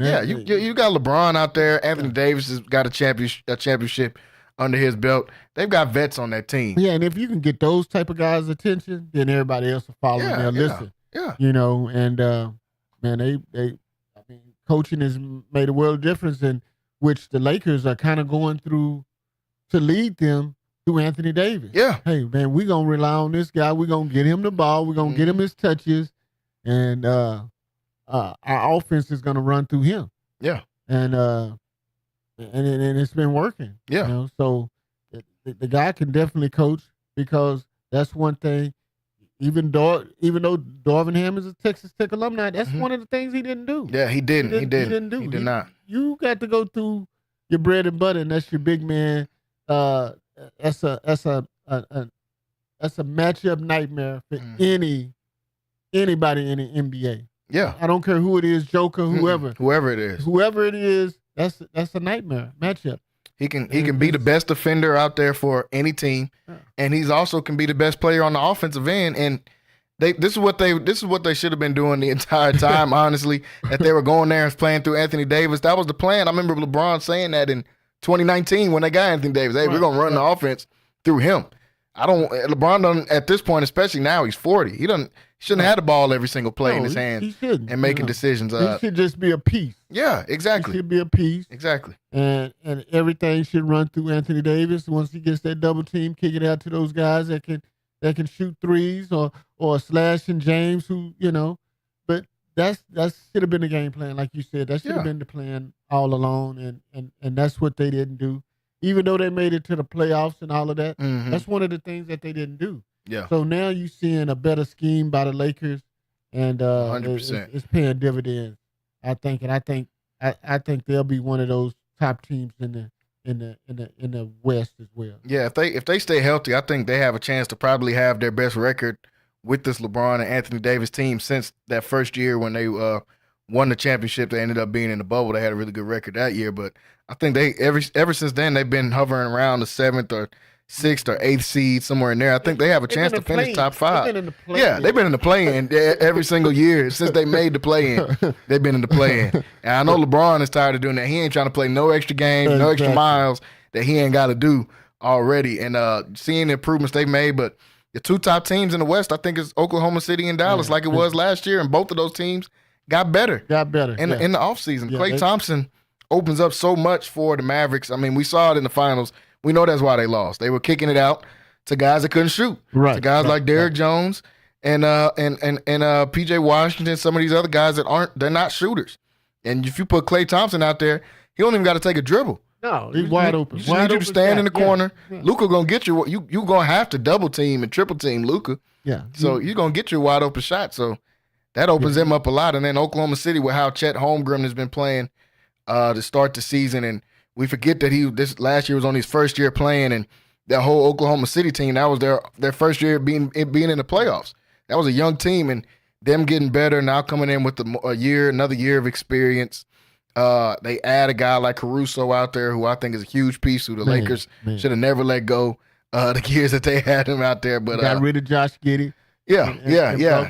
Exactly. Caruso in, which makes a difference. You get a veteran presence, somebody that can play defense, and I think they went out and got Hardenstein. Yeah, Hardenstein. They gave him $80 million. Yeah, so you got better. You that's what the offseason is for. You know, man, you evaluate your team and you see what you need and you go out and find the pieces that'll make you better. And that's football, basketball, baseball, whatever. Everybody. You know, but they did that. They did that. Yeah, and Oklahoma City, they're going to be one of those top 10. I think they'll probably finish with the best record in the West. Between any of those top teams, like you said, any of those guys could finish with a top record. And in the East, it's almost a wrap in the East. I don't even want to say it's a wrap, but it's almost a wrap, man. Yeah. The Celtics look like they did last year, and Porzingis still isn't playing, and they still look like they do. And they know at some point, even if they don't get him back for nothing but the playoffs, like Porzingis is going to come out there and he adds a complete another dimension to this team that they already have out there with their starting five. So the NBA season's starting off, man, and it's exciting. It's exciting seeing these teams going out there. I left that Cleveland. Cleveland playing the Lakers right now. Cleveland is sitting, they're 4-0. Yeah. They're undefeated. They're up right now, 11 points on the Lakers. And they're another good team. I just got to see them. What can they do in the playoffs? Right. That's been their question. They've had a good record for years. Mitchell was hurt last year. Mm-hmm. That just disrupted their whole season, and it was over with after that. Yeah, but they're gonna be a real tough out. That's a good team. Like you said, Mitchell got hurt last year. I think Jared Allen ended up getting hurt too, and it was just Darius Garland and Mobley out there playing at one point. But if they can stay healthy, they get all their guys going in there. I could easily see them getting to the Eastern Conference Finals and matching up with that Boston team. So that'll be a fun matchup to watch. And you already said Orlando too. Orlando's probably my favorite young team to watch right now. I think Paolo Banchero, I was mad when he didn't make Team USA. I thought he should have made it, especially when they ended up moving Kawhi off the team. I thought he would have been a good addition to that. Right. But Banchero, he played good basketball in the playoffs last year. And this year, I think he's coming out proving a point. Last game, he just had 50. He had like 37 in the first half. Right. So he's coming out, and he's trying to prove a point and put his name in the hat of, hey, I'm one of these guys, too, that need to be in this All-NBA conversation, in this All-Star starter type conversation. And if he gets his team to a top 4 seed in that in that East, you got to give him that status. You got to give it to him. You got to give him that status. So a lot of good storylines going on right now in the NBA. We got about 25 minutes left here on the show, folks. I want to get to some NFL football, obviously, before we get out of here. We just seen Week 8 wrap up in the NFL. A lot of different storylines from around the NFL, of course, week in and week out. Tomorrow night, we got the Texans and the Jets playing tomorrow night. And, I said a couple days ago on the show, I'm done talking about the Jets, but then this week they end up playing my team. So now I got to talk about the Jets. And they play the Texans tomorrow. They've probably had the most disappointing season out of any team in the NFL has been the Jets. But they've got a chance to potentially pick up a win this weekend. I'm saying that as a Texans fan only because we're just man down right now. Nico Collins has been out for a couple weeks now. He's still on IR. And now we just got the news of Stephon Diggs tearing his ACL. And teams are figuring out how bad our offensive line is right now. The Texas offensive line is getting C.J. Stroud in a lot of trouble. It's been a problem. But then once we started accruing more injuries on that offensive line, it just started really opening up the floodgates for people to be able to attack this team in a different way. But I still think the Texans are going to come out with the win in this game. They're taking on the Jets on Thursday Night Football.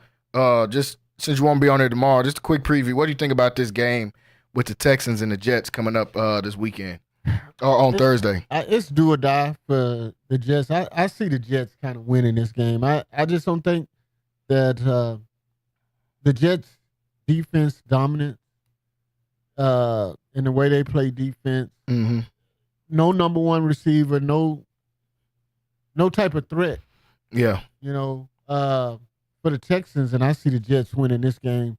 But like you said, man, now, and we often talk about on this show, Jalen, about how this is a copycat league. And people see what you do and see your weaknesses, and they may see through it through film, or they may see it through another team or whatever. Mm-hmm. And, man, everybody's been I think Minnesota came out and gave everybody the blueprint on how you attack the Texans. Yeah. And everybody's been following that ever since. Yeah. So, and then, like you say, with Nico Collins being gone, Trayvon gone, it's gonna be tough for them. Yeah. So I see the Jets winning that game. Yeah, they're favored in the game too. They don't have a choice. Yeah, and then that's the other part of it. They don't have a choice. I mean, this do or die for them. Yeah. If they lose this game, they can write the season off. Mm-hmm. Aaron Rodgers, Devontae Adams, all that star power, it's over with. It's gone. They don't have a chance after that. Yeah, they don't. If they lose this one, it's pretty much a wraps for them, and it's almost a wraps for them right now anyway. But there's still just a sliver of hope because of how underwhelming the AFC has been this year. We thought the AFC would have been a lot better than what it is at this point in the year. But like you said, it's a copycat league, man. The Vikings, they did it first. They exposed that offensive line, and we started winning some more games. We got some easy ones, the Patriots and the Jaguars in there, and then we got that good win over the Bills. But that Packers game really kind of opened up the floodgates on everybody saying, hey, this team cannot handle pressure on their offensive line at all. And we've seen the Packers do that. Blitz them. And they held Stroud to 83 yards in that game. And that kind of opened the floodgates to the point that we were in a close game with an Indianapolis Colts team who we should have beat by 30. If you playing a quarterback that's going out there going 2 for 15 in the first half, it shouldn't be a question on should you beat this team or not.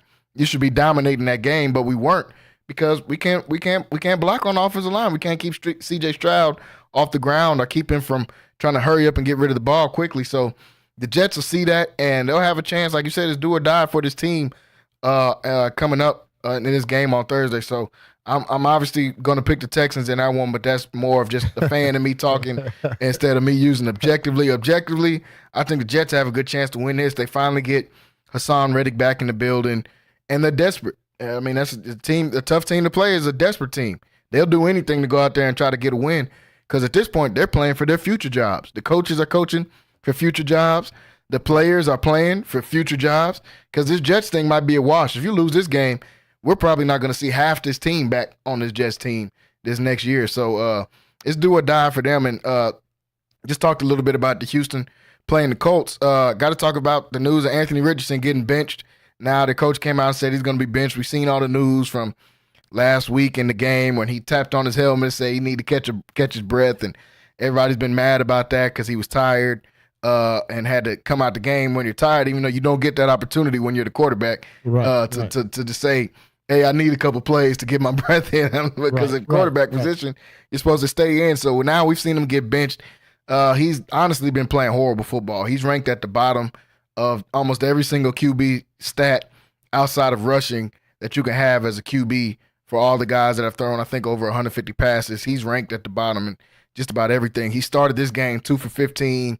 We've seen him in the game before that start the game 3 for 14. I think the game they played last week, he had like one completion going into halftime. So he's not playing good football at all. But you bench the kid, and it's kind of a tough situation because I wouldn't have started him.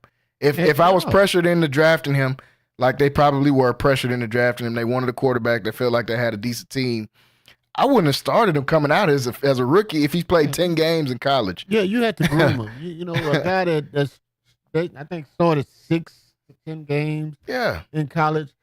He has to gain more experience. He don't know how to read defenses.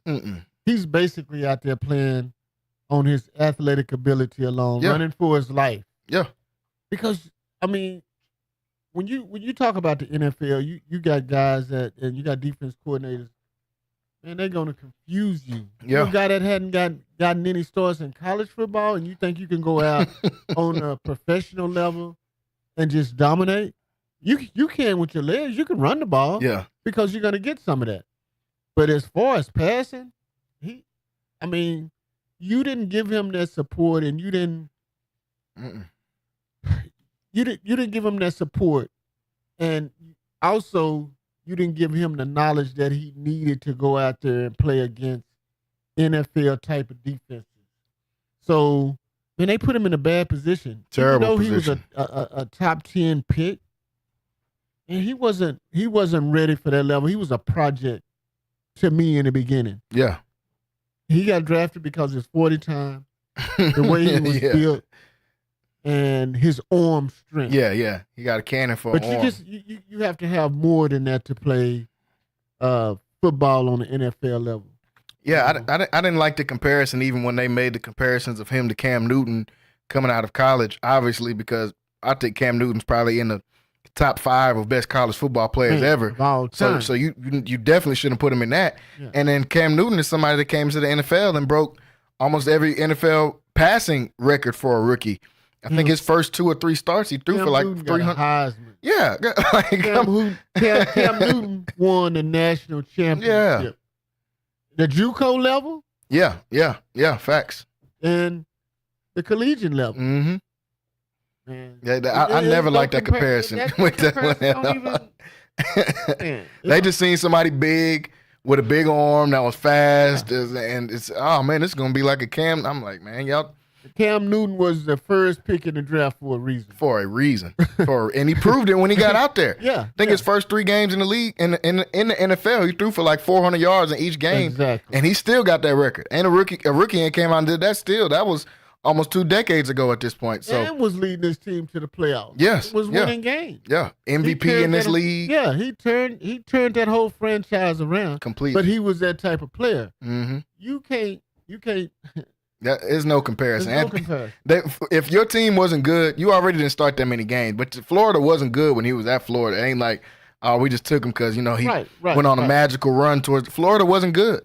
And whoever the GM is at that point, because I always thought that based on talent alone and when he was going through the combine and all this and everybody was high on him, to me, I if I'm a GM, I don't take that risk and draft a guy that's only started 6 to 10 games in the collegiate level. Yeah. Only because of his athletic, ability. Because you just need more. You need a lot more. You need a lot more. And I thought that was a bad move on their part. Yeah. Because I always thought he was a 3rd rounder. Yeah. I'm talking about at best. Somebody that I can work with, that I'm gonna sit him down. I'm gonna get me a veteran quarterback. I'm gonna let him learn. Mm-hmm. Go out to practice every day and work, scout team and do those things and get in the classroom and learn and we tutor. We get this tutelage to be an NFL starter down the line, basically, but not to this point where you bring him in and this is his 2nd year. He gets hurt his 1st year, and you bring him back his 2nd year and you make him a starter. Yeah. I just don't think he had enough experience to do that. Yeah, I don't. He had some success last year. They made him a day 1 starter. He had some success last year, but he got hurt, and he was running the ball. Majority of that success was running the ball. I'm not, and I've said it multiple times on the show, I'm not a big fan of taking these guys. For one, if it's a project guy, you shouldn't take him that early. But even if you are, let's sit him for at least a year of him just learning. Patrick Mahomes sat an entire year. He didn't play a snap. He sat a year. Jordan Love was a project quarterback coming out of Utah State. He sat for 3 years. Aaron Rodgers. Sat behind Aaron Rodgers. Behind Brett Favre for 3 years. And he was a top pick coming out of Cal. And you're going to get this guy who played no games in college, wasn't even that successful in the games he played in college, and then you bring him into the league and say you're going to start day 1 and wondering why he's struggling reading defenses. I mean, he started that game 2 for 15, and I watched the whole game with the Texans and the Colts. He started the game 2 for 15. I said it when we played them in the season opener. His guy got a cannon of an arm. That game was close too because he threw 2 big passes over the top because he got a huge arm, and guys can go out and get it if they got speed. But if you get him on a 10-yard out route, it might be in the dirt 8 times out of 10. Yeah, basically, I'm going to sit back and just play zone defense against the guy that can't read coverages, and I'm just going to mix my coverages up. You know, all kinds of zone. He's having issues reading those defenses and just processing the NFL game right now. If you're going to keep this guy as your quarterback, you have to sit him. You have to sit him and let him learn. Yeah. You have to sit him and let him learn and see some things. I mean, you got Joe Flacco, who's a veteran. Mm-hmm. Let him come in and learn behind this guy. Let him get into Joe Flacco's head. Yeah. To see what it takes. Because Joe Flacco is a Super Bowl winning quarterback. For sure. Which was on a defensive based team. Yeah, but still. Yeah. You have to be a leader, and you led your team to a Super Bowl. So let him sit back behind this guy. Let him get in his head. Let him learn what it takes to run an NFL offense, what it takes to read defenses. Get in this guy's head and learn a little bit. Yeah, it'll make him a lot better. I promise you. Instead of throwing him in there, throw him in the fire, and he's just not getting what he needs. Yeah, you have to sit him and let him learn. They said when he gets to the point of he's not even getting off the Hail Mary pass in that last game, he just takes a sack because he doesn't know what he's seeing out there. Even though it's just a Hail Mary, it should have been the easiest play you had the whole game. It's just chunk it up in the air and see if somebody's going to get it. He didn't even get the ball off. He ended up taking the sack after just sitting back there for about 4 or 5 seconds. And when you start seeing stuff like that, this guy's having an issue similar to how we saw with Bryce Young earlier in the season. This guy's having an issue processing the NFL and processing how fast these guys are and processing how to get these plays off. So you got to sit him for a little while. And I don't know if you sit him for the rest of the year or not. The Colts. Well, they've already said that this was for the rest of the year. Yeah. Okay. But then again, down the line, they out of playoff contention, and then you may bring him back up and give him a chance to play. But I mean, you're gonna make this guy lose his confidence by putting him in and just throwing him in the fire, and him really not knowing what he's doing and going up against complicated NFL defenses. Because when you play those Texans, man, that's defense. Yeah, and they playing in the division where it's some teams that play really good defense, and man, you just throwing them in the fire, basically. And the Colts have a chance to make a wild card right now. They're looking like one of the wild card spots for the team because of how underwhelming this AFC has been. We thought it would have been a lot better than what it is at this point in the season, and so far, because and a lot of that is because of what we thought of the AFC East. And the Jets are sitting at 2-6, and the Dolphins are sitting at 2-6. So right. And so when you get that, and then we thought Cincinnati was going to be something, they're sitting at 3-5. Right. And you thought Jacksonville was going to be something. They just gave Trevor Lawrence all this money. They're sitting at 2-6.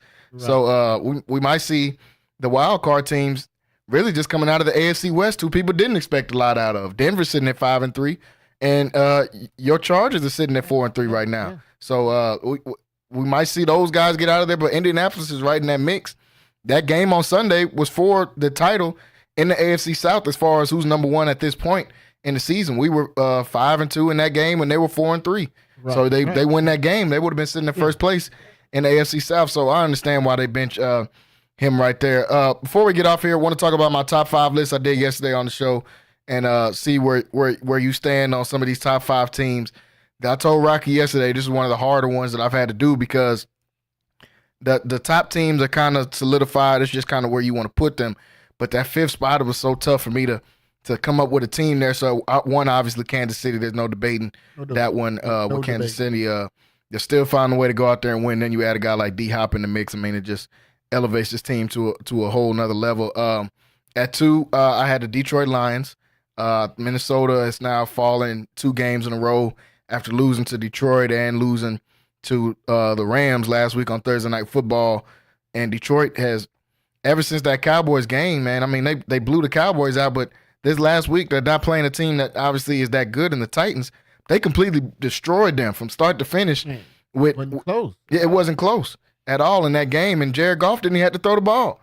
He had 3 touchdowns and only threw the ball like 8 times, I think, in that game. Right. And multiple guys, I think 6 different guys scored a touchdown in that game. You're seeing how complete this offense is. So I had to put Detroit at number 2. Number 3, I had the Ravens. They lost the game against, I had them at number 2 for some weeks, but losing that game against Cleveland, I had to bring them back some. Even though that Cleveland Browns team, I've been saying for weeks, needs to start Jameis Winston and stop just trotting Deshaun Watson out there to go get 80 yards in the game. Jameis came out there and played a great game. Honestly, played probably the best game he's going to play all season long, throwing for 3 touchdowns and 300 yards in that game against a good Baltimore team. But I still got Baltimore in there because when they're playing at the top, even in that loss to Cleveland, Kyle Hamilton had a pick in his hands to end the game and took off running with the ball and took 2 or 3 steps. I thought they were going to call it a fumble. Right. He picked the ball and took about 2 or 3 steps with it and then ended up dropping it out. That would have ended the game. The very next play was a touchdown from Jameis Winston and ended up winning the game. So I still got Baltimore in there. I got him at number 3. And I couldn't put my number 4 team in front of them, which is the Buffalo Bills, because Baltimore completely beat down Buffalo when they played a couple of weeks ago. But Buffalo's playing great football right now. I put them at my number 4 spot. Like they've been, especially since the addition of Amari Cooper, they've been playing some really, really good football. And they've had a couple blowout wins in there, including the Titans. Like everybody's blowing the Titans out, obviously. But then this week they beat a Seahawks team who was a fringe playoff team and on the verge of leading their division in the NFC West. And Buffalo just came out there and dismantled them. I mean, they beat them 31-10 in that game and looked completely dominant from start to finish in that game. So I put Buffalo at number 4. My 5 spot, that was the hardest one. So many teams I could have put in that spot. I ended up going with the Philadelphia Eagles. I like what direction they're headed in. I think once you bring A.J. Brown back in, you bring in Devontae Smith, Saquon Barkley gives a whole nother dimension to this team that they haven't had in the past. And honestly, their defense is playing better than what it was at the beginning of the year. Their defense struggled at the beginning of the year. That we've seen it in a few of those games, but they beat the Giants pretty handily. Obviously, it's the Giants 28-3. But then the Cincinnati offense that was playing good football, Cincinnati's been losing because of their defense. Their offense been playing pretty good football. They held that team to 17 points and really kind of took off in that game in that fourth quarter. So I put Philly in there in my fifth spot, but that was my toughest pick that I really had to make this entire time because Pittsburgh is playing great football with Russell Wilson now under the helms. I didn't want to put my Texans in there because of the news of Stephon Diggs getting injured. Just kind of, I don't know where to stand on them right now because the injuries to the offensive line and now the injuries to the receiver room is going to be difficult for them. The Commanders, obviously, they're sitting at 6-2. Could have put them in that spot as well. And Green Bay. Green Bay was really the one that was more of the toss-up with me because Green Bay's been playing good football. I think their defense is playing good. Jordan Love is proven that he's here to stay and he's an actual good quarterback. He's playing great football as well. So that was my top 5 list, Wayne. So what do you think? What teams are you moving out or rearranging within that 5 right there? You know, we talked about this, I think, last week. Mm-hmm. And we had the same list. This week, we kind of have a different list. Yeah. I figured it's a little different this week. But my top 2 teams are still the same. Mm-hmm. Where I had Kansas City as 1. Mm-hmm. And I think I had Detroit as 2. The Ravens were number 3. Mm-hmm. But I'm going to kind of change that around a little bit. Okay. For me, my number 3 team is going to be, and it's going to be Green Bay. For real, Green Bay is. Hey, Green Bay's playing good. Up. They got defense. They got a balanced team. They got a good offense and a good defense. Yeah, and they're young. Mm-hmm. And the more you play, the more experience you get. I'm going to throw the Ravens at 4. Mm-hmm. And my number 5 team is going to be Buffalo. Okay. Yeah. So those teams are the teams that do it for me. I mean, Arizona's been playing great. Yeah. Arizona's been playing great. Like you say, Pittsburgh and Russell Wilson, you know, everybody talked about him. You know, why would they do this and why would they do that? Well, now we see why. Yeah. I mean, that's why Mike Tomlin is the coach. That's why Mike Tomlin is Mike Tomlin. Yeah, exactly. He knows what he's doing. He knows what he's doing. He's seeing it in practice every day. Mm-hmm. You know, this guy's a leader. He's a natural leader. I like the way he commands my offense better than I do Justin Fields. So I'm going to make this change. So, but Pittsburgh is one of those teams. Like you say, you can throw in the mix. You know, I hate us a top 5 and not a top 8. Yeah, exactly. But, you know, that top 5 makes it a little bit more difficult. Yeah, for sure. To put those guys in there. But, yeah, it's a lot of teams playing great right now.